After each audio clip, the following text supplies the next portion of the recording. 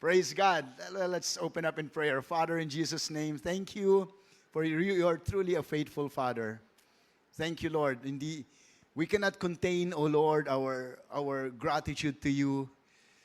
God, we thank you because you're faithful, even though there are times we are faithless, Panginoon. But God, you're still faithful. Faithful to your promises, faithful to your word. You have never left us, you have never forsaken us. God, we thank you that every step of the way, your Spirit guides us. God, we know what to do, what to say. We are filled with the knowledge of your will. And we thank you for the word that you have for us today that would nourish our spirit, man. Thank you that your words, they are spirit and they are life. Salamat, Panginoon. Mga salita mo is a fresh manna from heaven. Panginoon, salamat, Lord. You feed us, Lord. We are ready, Lord. We're hungry for more of you, God. Feed our spirit, man. Our hearts are good grounds.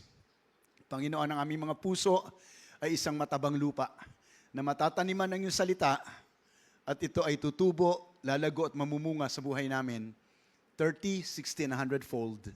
In Jesus' name. And everyone say, Amen. Amen. Thank you, Lord. Title of our message, yan.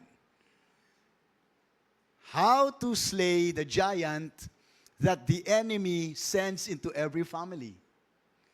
Paano nga ba natin gagapiin? How to defeat the giants? Maraming pinadadalang higante ang diablo sa atin. Lalo na saan? Sa pamilya. No po, the enemy's target is family. Yeah. Well, ano ba yung first family? The first family, of course, yung Father, Son, Holy Spirit, di ba?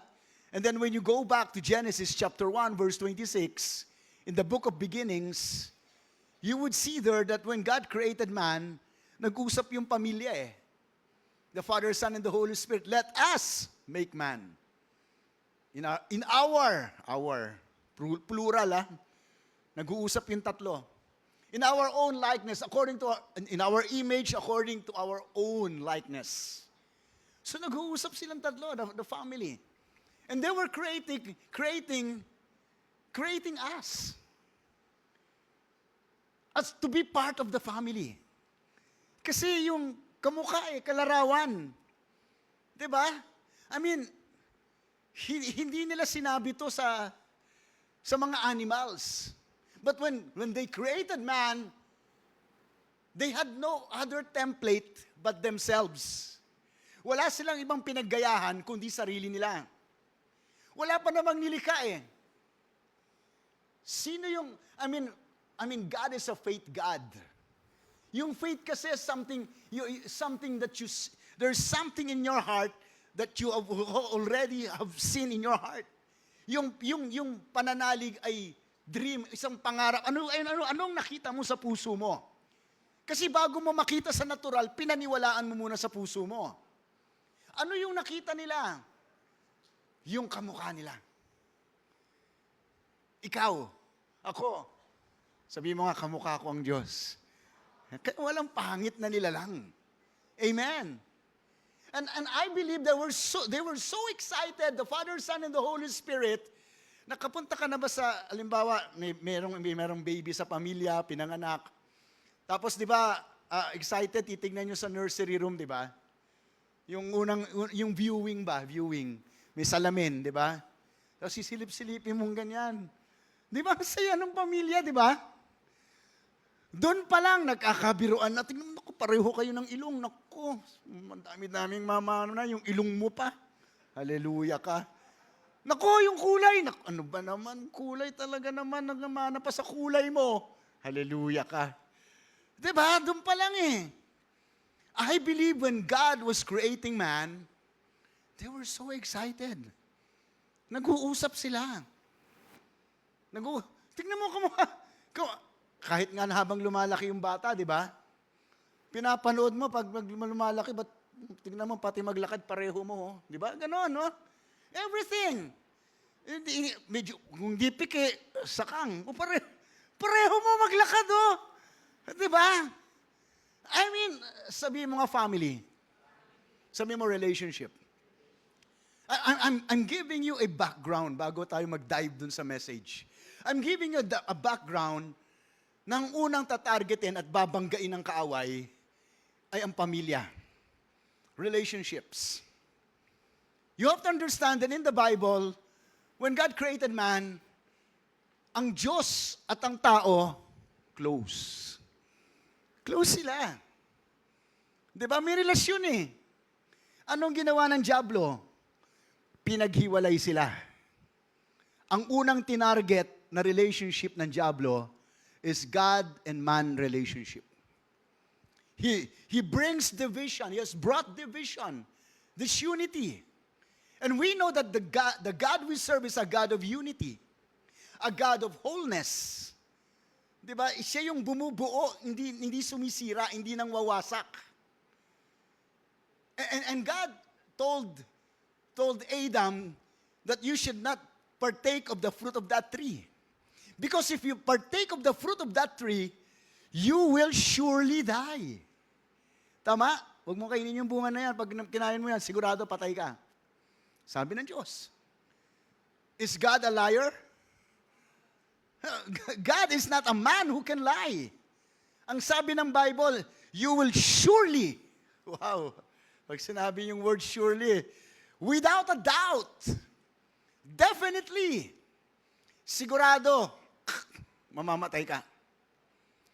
Eh di ba, kumain sila ng bunga. The Bible tells us that the woman was deceived by the serpent and the man disobeyed. Ba't kaya magkaiba ang kasalanan? Yung woman kasi, na-deceive lang kasi di naman sa kanya binigay instruction eh. The instruction was given to the man. Kaya yung man, yung lalaki, yung si Adan, indirect disobedience. Yung babae naman, si Eva, was deceived. Na-deceive siya nung ahas. Kasi hindi niya alam yung word. Hindi niya alam yung word.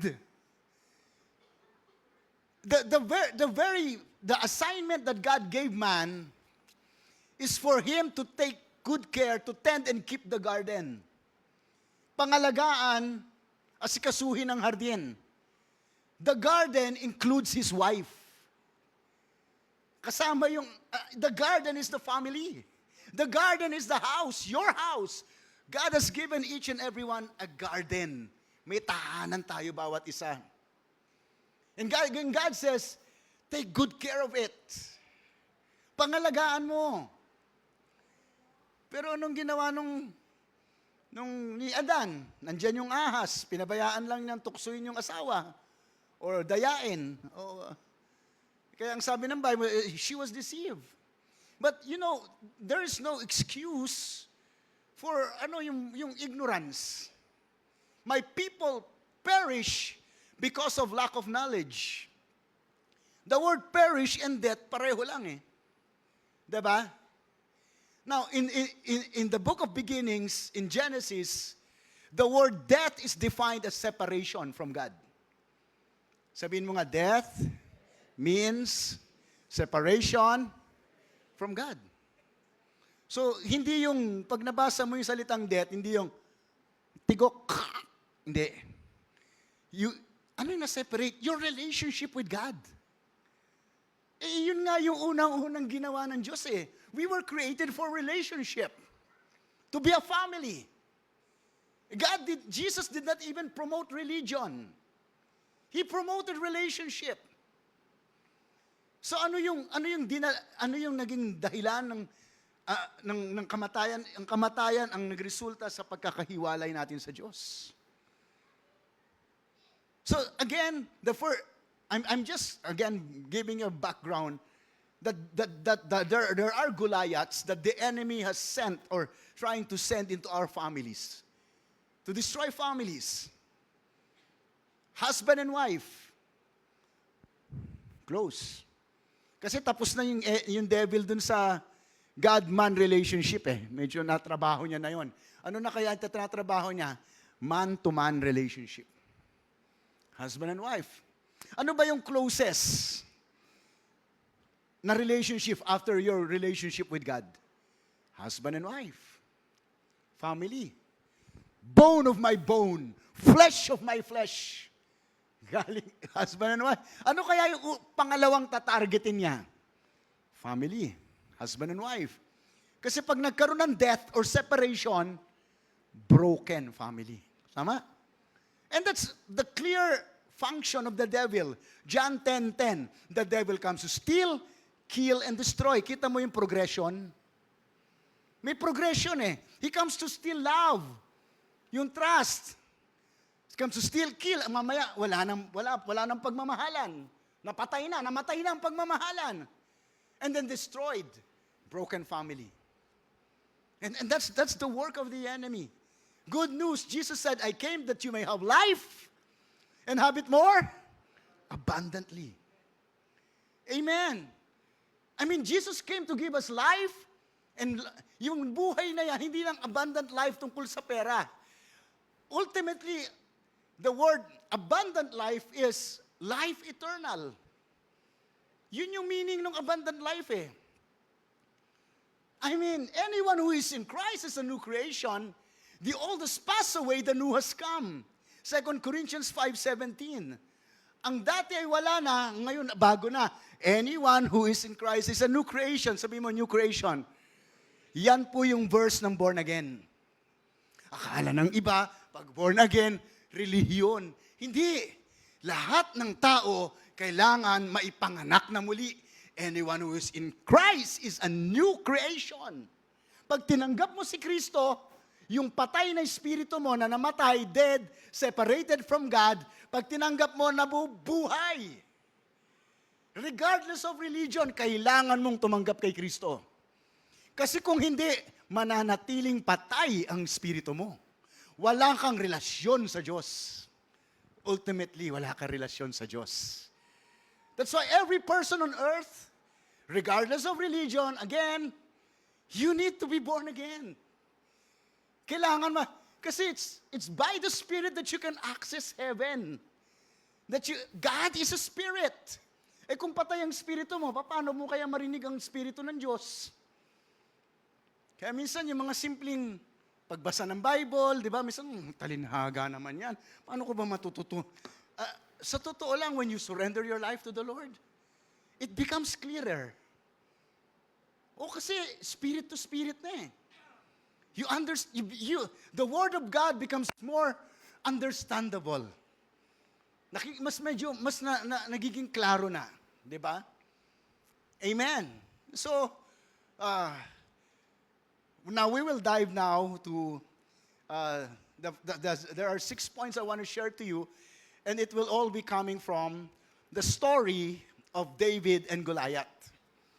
Wow, talaga? Family, tapos David and Goliath. Opo, meron tayong mga 6 elements or factors that are very important for us to consider why David became a giant killer. Kasi yung demonyo is a giant. A giant siya that would try to destroy marriages.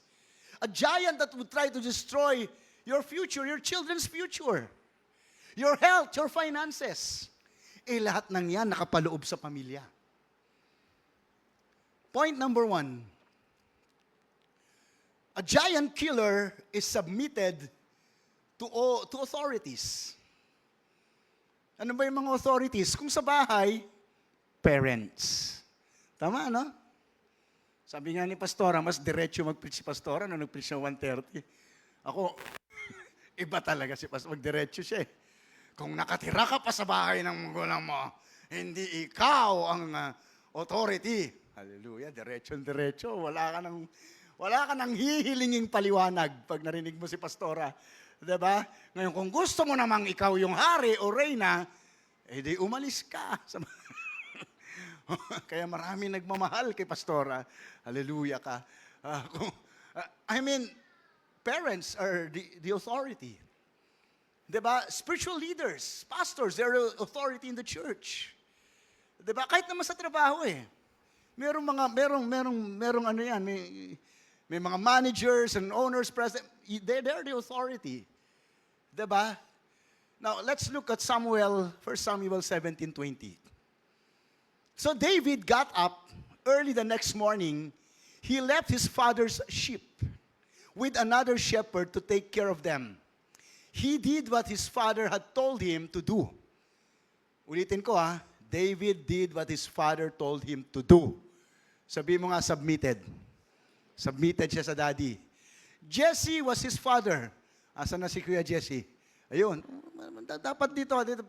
Request kita. Request ka dito. Bubugbugin kita Bubugbugin kita sa mensaheng ito.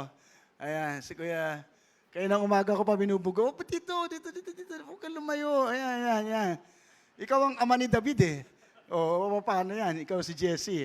Jesse was his father. Jesse gave him a command. And ang command is to take food to give to his brothers. Jesse, ayan na, sinasabi ko na hindi na ako lalayo. Jesse commanded David to serve his brothers. Yeah. Inutusan niya, serve. Dalhan mo ng keso, dalhan mo ng pandesal, yung mga kapatid mo, nandun sila sa labanan, kaharap si Goliath. Ano palang papel ni David? Delivery boy. Papa-deliver ka ng Pizza Hut, delivery. Baka may mag-deliver. Hello, Pizza Hut. Di ba?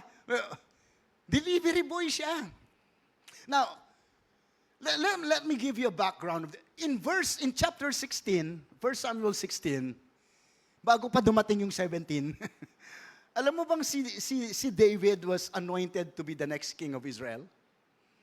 So chapter 16, there it talks about God asked Samuel to go to Jesse's house.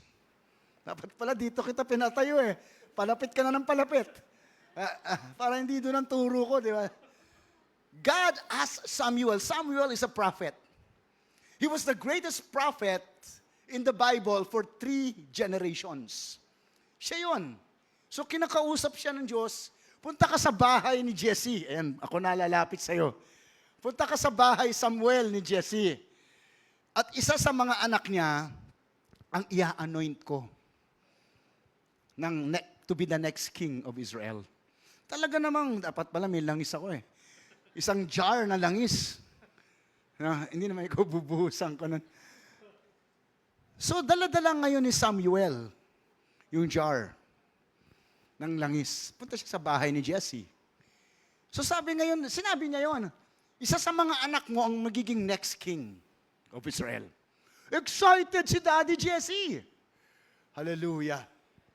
So, ibinandera niya kaagad yung kanyang pinakagwapong anak. Yeah. Si Eliab. Si Eliab was about 6'5" tall. Wow, 6'5". Oh, tangkad talaga. Wow. Kasi si King Saul matangkad Alam mo yung hari talagang dapat siya ma-forma at matangkad So siguro ang mindset ni Jesse, yung pinakagwapo kong anak. Kasi yung forma ng hari, matangkad Kaya nga sa kaharian niya, dahil sa matangkad si King Saul, kikita niya lahat. Ano mo na? Sabi yata ni Jesse, sige Abinadab, pumunta ka dyan sa stage. At medyo rumampa-rampa ka nga. Magpa-model-model ka nga. Pakita mo nga mga muscle mo. Pakita mo yung, sabi ni Lord, kay Samuel, God refused him, itong si Abinadab. Because God does not look at the outward appearance, but God looks at the heart. Sabi mo nga, God looks at the heart. So hindi sa pormahan, hindi sa gandang lalaki, hindi daw doon nakatingin ng tao ang Diyos. So pakikita na natin kaagad, isa yan sa ingredients ng submission. A giant killer is submitted to those who authority. Isa sa ingredient ng submission, for a person to be submitted, kailangan, yung heart niya tama. Diba? Because God sees the heart. Ngayon, may isa pa siyang anak.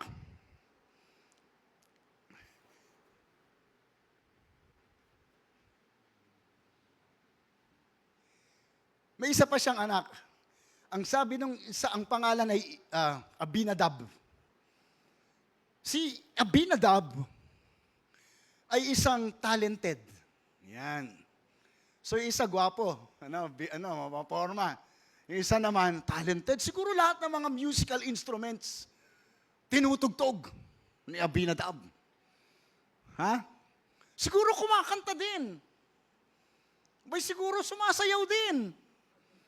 O baka marunong ding mag-acting, baka pang showbiz, di ba? Pang Hollywood.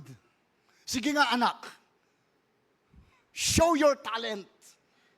Para ikaw ang mga, siguro kung ano-ano, baka tumawid pa sa alambre. Yung si Abinadab. Para lang to, alam mo, ma-please, di ba? Itong si Samuel. But God says, no, God refuses. Sabi niya, I do not look at the talent, I look at the character. Doon ako sa character. Kasi sa totoo lang, tama naman, no? Marami naman taong magagaling eh. Skillful, talented. Pero, ibang karakter, di ba? Ano ba? Ano ba pag sabi mong karakter, di ba? Parang mugshot, no? Mugshot sa ibang karakter, no? So, eto ngayon, humirit pa. Si Kuya Jesse natuloy. Si daddy ni David, si Jesse, humirit pa ng isa siyang anak. Sabi niya, ayaw ng Diyos ng gwapo. Ayaw rin ng Diyos ng talented. Sabi niya kay Samuel, I still have one son. Ito naman, messed up ang buhay nito. Sabi kong ayaw ng Diyos ng talented at gwapo, ito yung, meron akong anak, adik-adik. Sabi na ito, anak, pakita mo nga yung pagiging-adik mo. Ayan, baka ikaw nang piliin ng Diyos kasi ayaw ng Diyos yung gwapo, ayaw ng Diyos ng talented, baka ikaw yung adik-adik, tingnan mo. O, nangingitim pa mata niyan, talagang wala pang tulog yan. Pero sabi na naman, God refuses naman ang pangalan ng Shama. Palagi kasing Shama yun eh. Si Shama. Sabi ng, hindi rin siya, kasi you know what, God is in the business of restoration. Pero God wants to change life. Diba? Gamitin ka ng Diyos pag nakita ng banago, ano mo ng buhay mo. You're totally surrendered to God. Amen. I mean, in all these things, makikita natin na nakalimutan. Ikaw talaga may kasalanan, Jesse, nakalimutan niya si David. Sabi ni Samuel, bakit ganun? Walang pinili ang Diyos sa mga anak mo. Meron ka ba ibang anak? Ay, oo nga pala. Nandun, nagpapastol. So, nakalimutan. So, tinawag. Siyempre, medyo madungis pa siguro si sabi ng Diyos, nung makita ng Diyos kay Samuel, siya na. A man after God's own heart. Siya na. Yun yung istorya ng Samuel 16. So ngayon, itong 1 Samuel 17, inutusan siya ng daddy niya, di ba? Di ba pwede namang magyabang na si David? Don't you know who you are talking to? Wow! I am the next king of Israel. Ba't mo ko inutusan magdala ng pandesal? At ng keso? He could have debated. Pwede, di ba? Ang dapat nga, yung mga kapatid ko na yan, sila pa ang magdala sa akin ng kargahin nila ako, ipagbunyi nila ako, celebrate me. Dapat merong mga musiko, dapat may mga banda, dapat, ayan na, ang susunod na hari. Pero hindi niya sinabi yun. Bible says, he just did what Jesse said, what his father said. Pero pwede, di ba? Pwede niya gawin yon.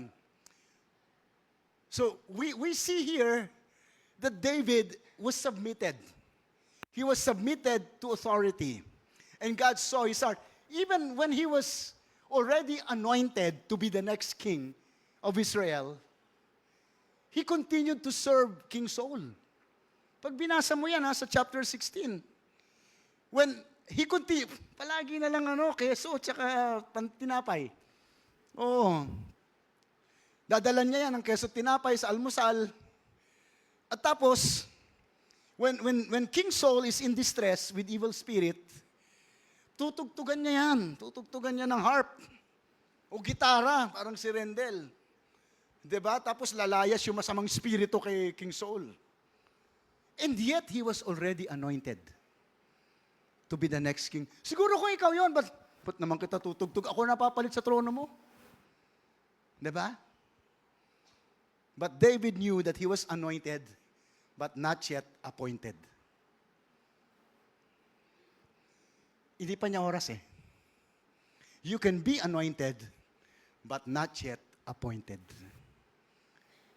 You need to wait for your time. You need to wait for your time. But you're anointed. God by the Spirit has confirmed that you're anointed. Pero huwag kang magmadali. You see? And that's the problem for so many believers too. Kahit yung mga gusto pumosisyon, di ba? Sa mga positions, yan, power and positions.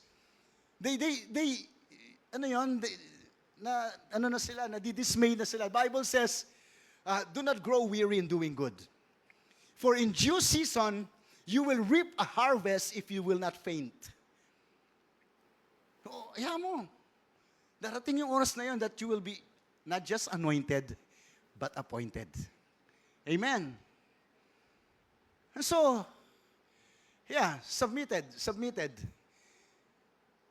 Let's go to Romans chapter 13, verses 1 and 2. Everyone must submit to governing authorities, for all authority comes from God. And those in positions of authority have been placed there by God. So anyone who rebels against authority is rebelling against what God has instituted. And they will be punished. So in other words, in order for you to kill your giant, you need to be submitted to authority. Your submission to authority determines if you're able to kill a giant. Yeah. So, governing authorities. And the highest authority is the Word of God. Yes. The highest authority is the Word. Submit to God, to His Word. Resist the devil and the devil will flee. This is our manual for life. Ito yun eh. Now, let's say, wala namang perfectong parents eh. Wala namang perfectong, mga leader. But you have to understand. Bible says, sabi sa Timothy, pray for those who are in authority. Pray for those who, walang perfectong magulang, pero learn to pray for them. Pray for me. Pray for Pastor Grace. Pray for the leaders. Hindi kami perfect. Pero, you know what? Kung meron kami gagawing mali, God Himself will deal with us. It's a higher responsibility. We are accountable to God. At mabigat yun. Kaya nga sabi ng Bible, hindi nire-recommend ng Bible ng lahat ay maging teachers of the Word.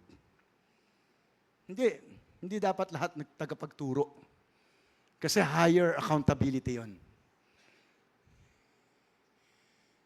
So, the Word of God is the highest authority. I had one guy this morning approach me and sabi niya, paano yun, Pastor? Ako lang yung, after the service, ng 10:30. Sabi niya, ako lang ang Christian sa amin. Yun nga, parang, paano yun? Ayaw naman akong minsan patinin ng church, ano. Sabi ko, the Word of God is the highest authority. Pray for your parents. Alam mo yan, you're standing on the truth.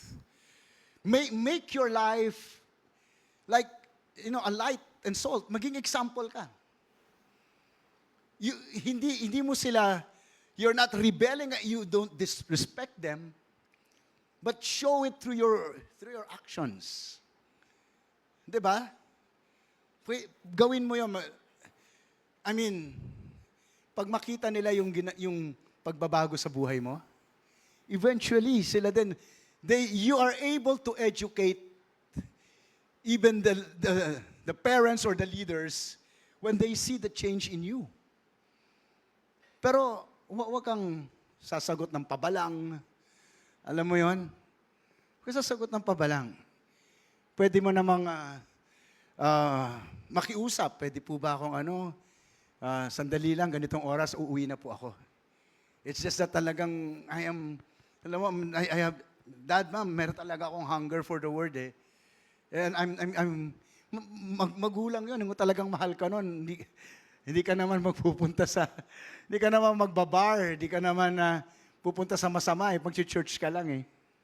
Diba? Yeah. So, stand on the Word. Stand on the Word. It's the highest authority. Hindi mo mapansin, you're educating the people around you.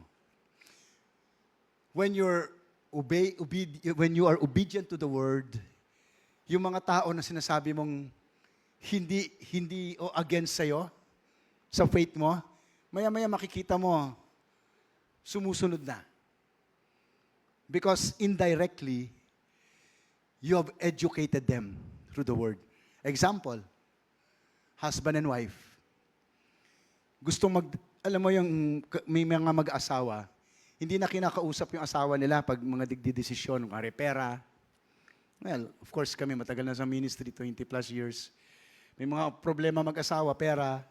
Napautang na pala si ganito, kung ka mag-anak, na hindi alam ng asawa, away na. No? But when you start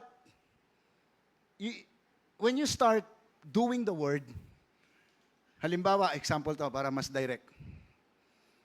Halimbawa, may nangungutang sa'yo, taong pinagkautangan mo ng loob. Kamag-anak mo. Sasabihin mo dapat sa asawa mo. Kung kahit ikaw yung direct na kamag-anak.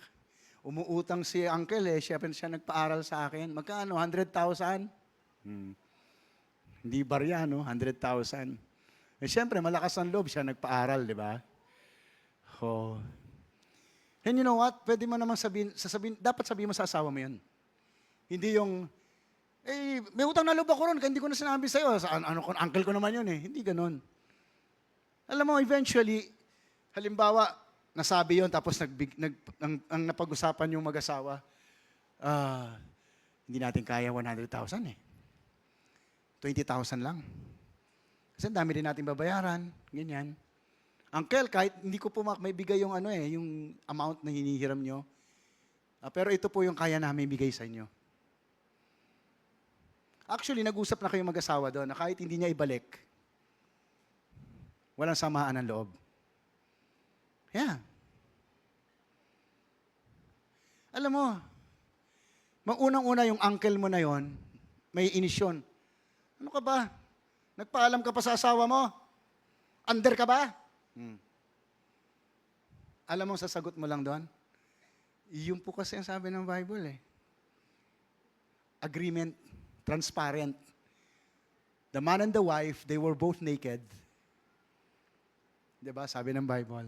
And they were not ashamed. Naked is openness. Transparent.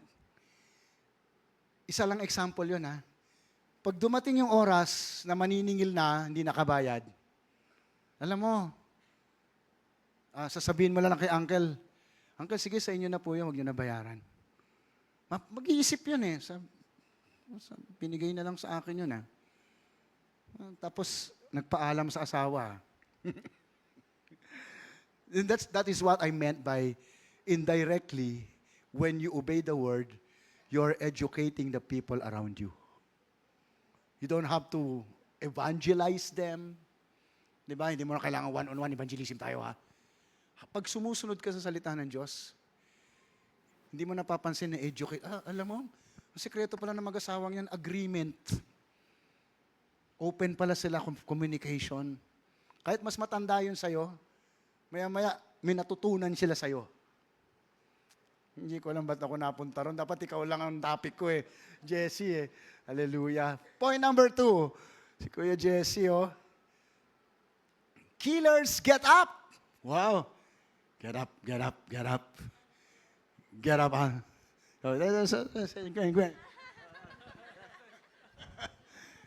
Get up. Ano yung kasunod? Out of that grave. Ayan. 1 Samuel chapter 17 verse 20b. When David arrived at the camp of the Israelite army, the soldiers were going out to fight. King James Version, coming out of trenches. Pakita po natin yung example ng trenches. Ayan po, yung mga hinukay, trenches po.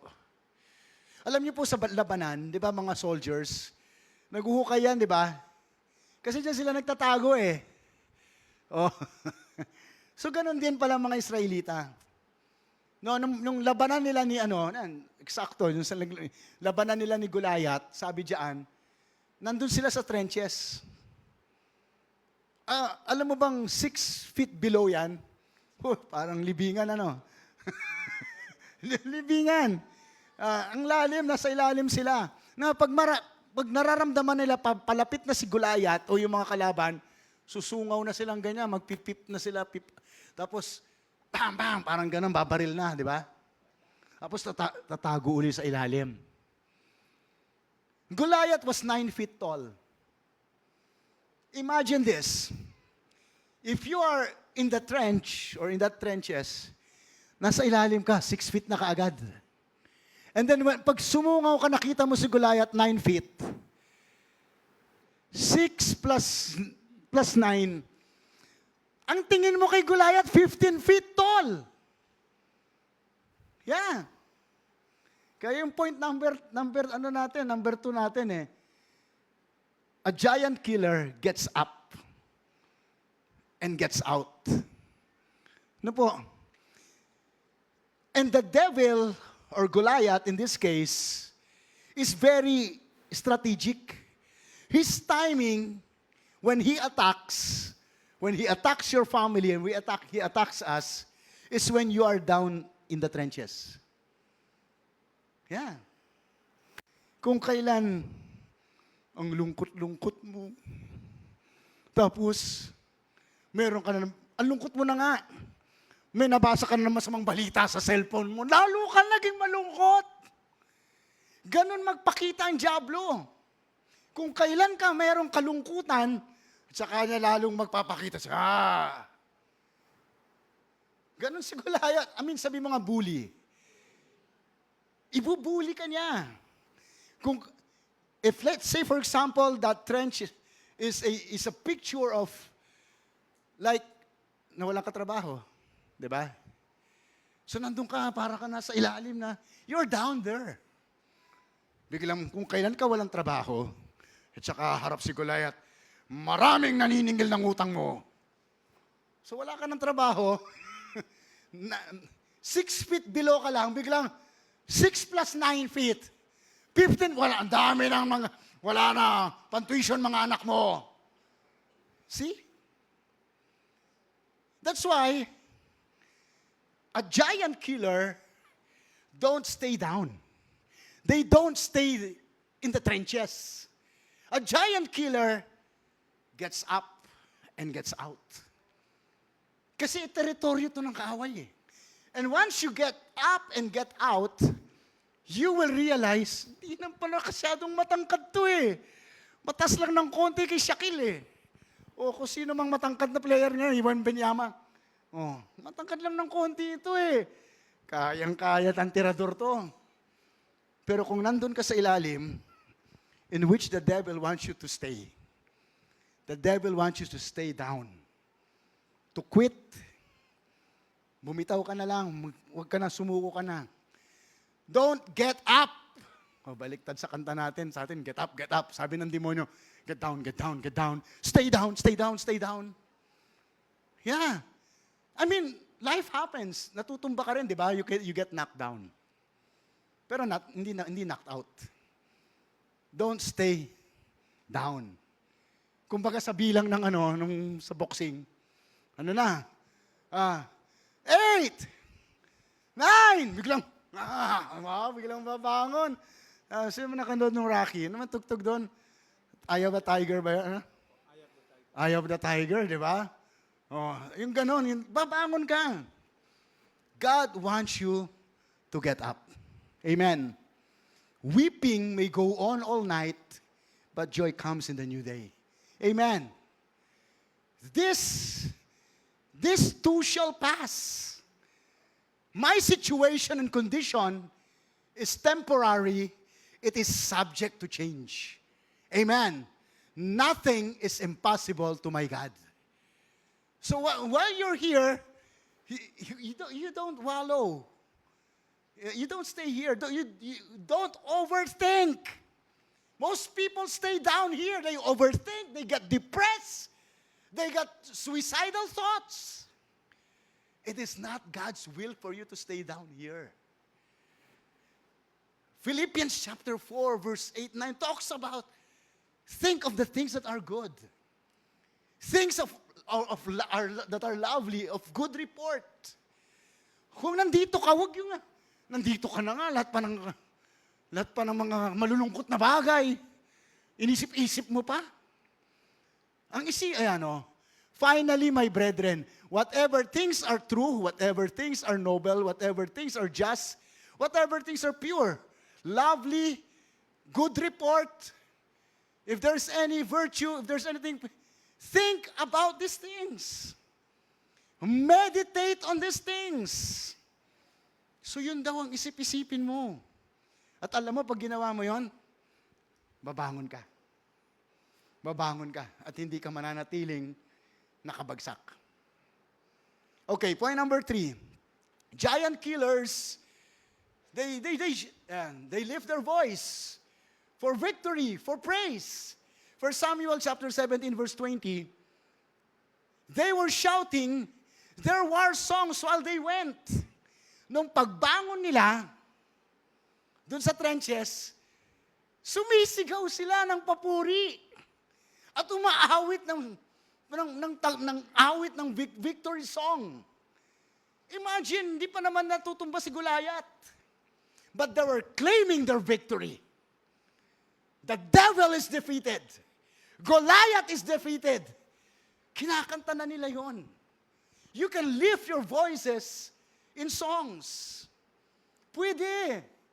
That's why when you come to church, napansin nyo ba yon? Hindi tayo normal na, alam nyo, New Life Southwoods lang yon. Yung karaniwang ordinary, dalawang mabilis na kanta, dalawang mabagal. Pero sinabihan ko sila, hindi kasi yun yung heart ko. Gusto ko yung last song, Victory. Pansinin nyo yan. Hindi ako nakikigaya. No, alam mo, ito na. Dalawang masaya, dalawang malungkot. Isipin mo naman. Tapos kang kumanta na naiyak ka na lang na naiyak. Hallelujah ka. Pansinin nyo yan. May kanta tayo masaya, maya medyo solemn. Pero yung huling kanta natin, victory song. Amen. We must claim our victory. You should be speaking it out from your mouth. It's good for you to hear me speak the word. But it's much more better pag ikaw narinig mong sarili mo, dinideclare mo na yung word. Amen. Pag ikaw yung sarili mo, nagpe-praise ka na kay God. Alam mo, ikaw mismo. Joshua chapter 1 verse 8, this book of the law, you shall meditate day and night. It shall not depart out of your mouth, but you shall do and observe to do all what is written in it. So you will make your way prosperous and of good success. Ano daw ang sabi rito? Ito daw, salita ng Diyos, imemeditate. Sabi mo, meditate. Iisip-isipin mo mga pangako ng Diyos. Hindi yung mga napapanood mo sa sa kung anumang social media ng mga awayan o mga patayan. Ito daw ang salita ng Diyos. Meditate. Yung the word meditate is to chew. Sabi mo, chew. Yung ngungunguya. Ang salita ng Diyos pala, i-chew mo, ngunguyay mo. Nakakita ka ng kambing? O, pinapanood ko yung kambing pag ngumuya. Parang nilululon, tapos inaangat uli. Ayos tong kambing ha. Hindi na uubos yung nguya eh. Parang pag napagod siya, ibababalan lang dito sa kanyang, saan ba yun? Balon-balunan ba yun?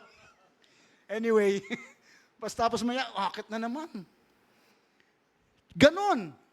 Subukan mo nga, ngumuya. Sige lang, kayo talaga, ngayon. Yan. Ganyan daw gagawin mo sa salita ng Diyos. You meditate. I am a child of God. I am loved. I am forgiven. I am above and not beneath. I am the head and not the tail. Blessings overtakes me. I am accepted in the beloved. Ngunguyain mo kasi yun ikaw. Yun sinasabi ng Word of God eh. The devil wants you to think otherwise. Ang gusto ng devil sabihin sa'yo, you are rejected. You are not loved. You are not valuable. You are nobody. Stay down there. Pero we should learn to shout, the shout of praise. Amen. You know what? Winners are loud. Winners are loud. Amen. Losers are silent. Nakita kapag may, kahit ng ball game lang, di ba? O, kita mo, talunan, mga nanalo, di ba? Yung mga talunan.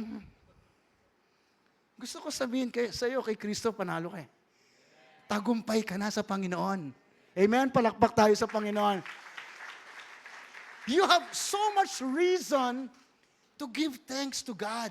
Enter His courts with praise and thanksgiving. The fruit of our lips giving thanks to Him. Paano daw tayo pupunta sa presensya ng Diyos? Start giving thanks to Him. Start praising Him. Gusto mo mapunta ka doon sa presensya ng Panginoon. Number 4, giant killers focus on the reward more than the risk. Sabi mo nga reward. 1 Samuel 17:25. Have you seen the giant? The men ask. Sabi nila kay David, he comes out each day to defy Israel. The king has offered a huge reward. Who kills him? Sabi mo nga reward. Ang sabi nito that he will give that man one of his daughters. Yung anak daw nung hari, ibibigay dun sa makakapatay kay Goliath. Hallelujah. Kaya si Bon may napatay na Goliath to eh. Kaya nakakuha ng anak ng prinsesa, si Fatima. Ano? So, kayamanan, sabi mo nga, the king's daughter, sabi mo, riches, exempted from tax. Ayan, nakalagay dyan, no? Sana pwede sa atin yan, no? Kaso sa maloob natin, no? Nakita mo yung tax mo sa flood control. Hallelujah ka. Yung tax ko. Ba't ba tayo napunta ron? Yeah? But, yeah. Wow, exempted sa tax. Sabi mo nga, focus on the reward. Because, when David brought cheese and bread to his brothers, that is in verse 28, binash pa siya. Alam mo, maraming basher sa panahon na to eh. Diba? Sabi, ba't ka pupunta?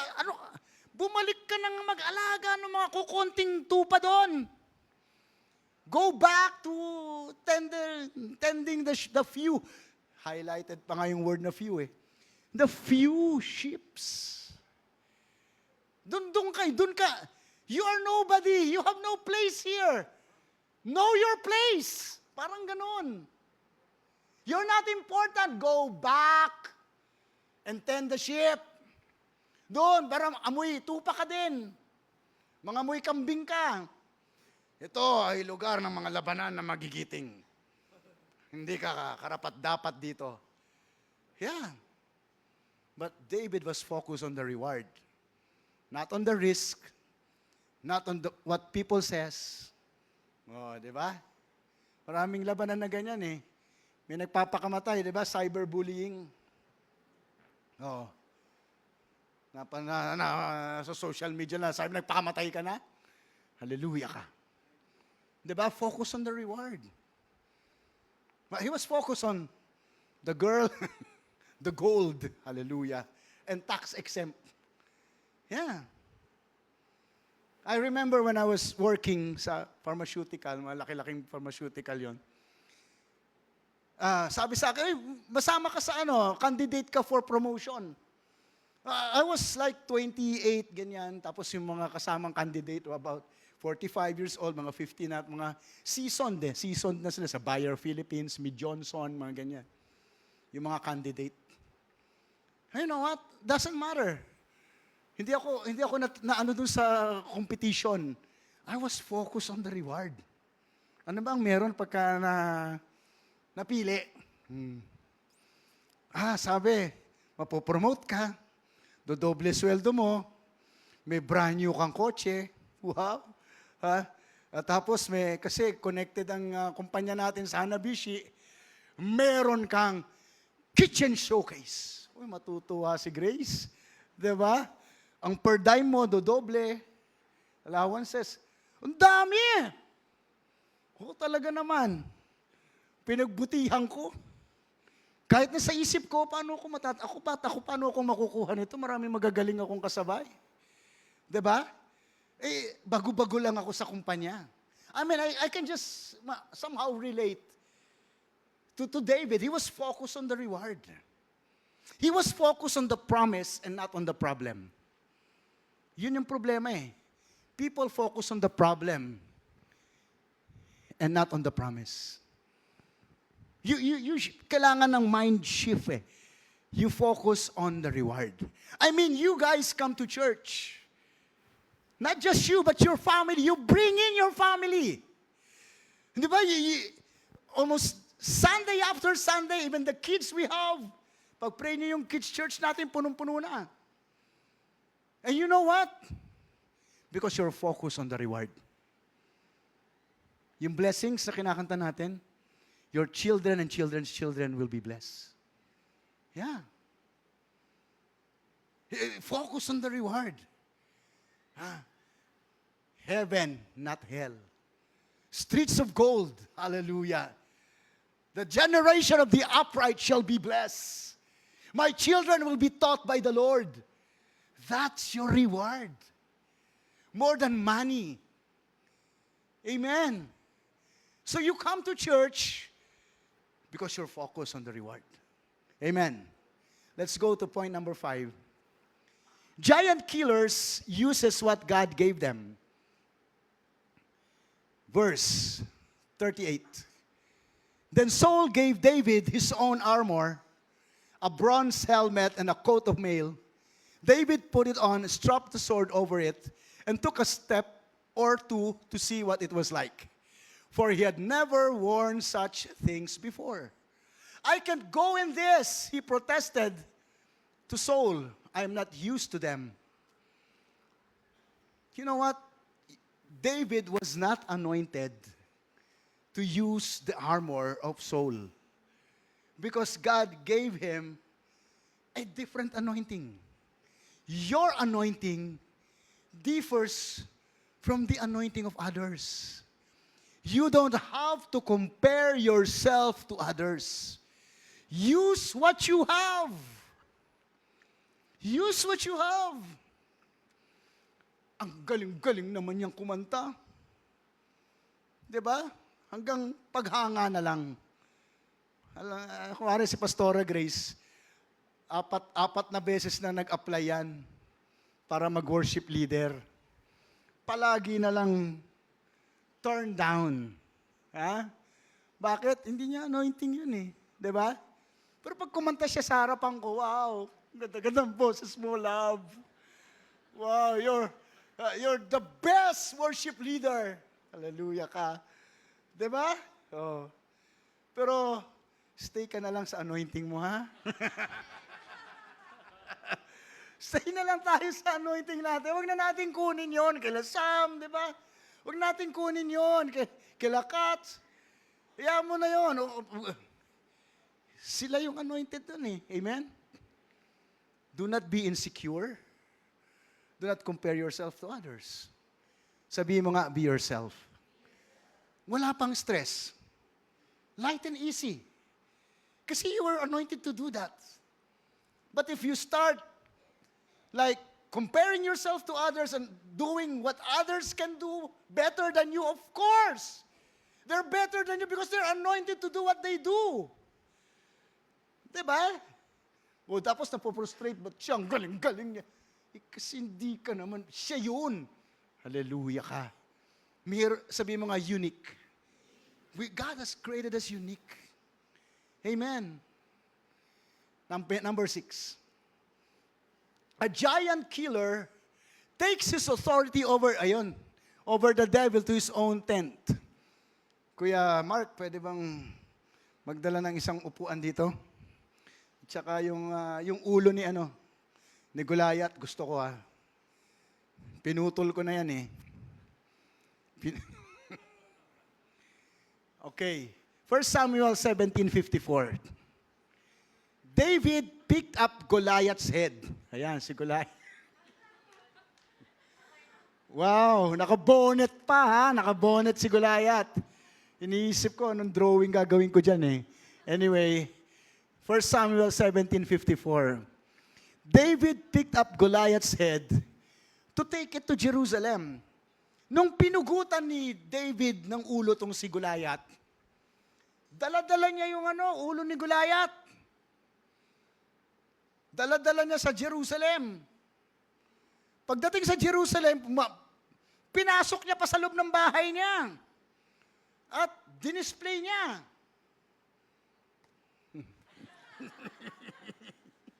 Dinisplay niya yung ulo ni Goliath. Naupo siya sa couch. Di ba? Kasi sabi diyan tent, pero bahay yon. Now we're talking about house and family.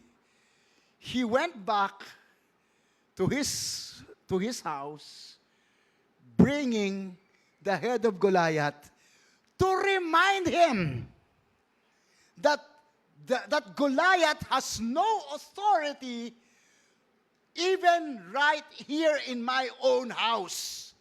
Goliath, you have no authority over my family. You are dead. You are defeated. You are a defeated foe. Goliath, you have no authority over my marriage. Goliath, you have no authority over my finances. You have no authority over my children. You have no authority over my health. There is no weapon formed against my family shall prosper. I take authority over the works of Goliath. In the name of Jesus, I apply the blood of Jesus over my house. In Jesus' name. Whatever you have learned from today, kung paano mo tinalo si Goliath, I encourage you to bring it back to your own house. Iuwi mo lahat ng natutunan mo ngayon at pag uwi mo sa bahay mo, dala-dala mo yung ulo ni Goliath at sasabihin mo, hindi lang sa trabaho ko, kundi sa loob ng tahanan ko, talunan ka na, Goliath. Amen? Palakpakan po natin ang Panginoon.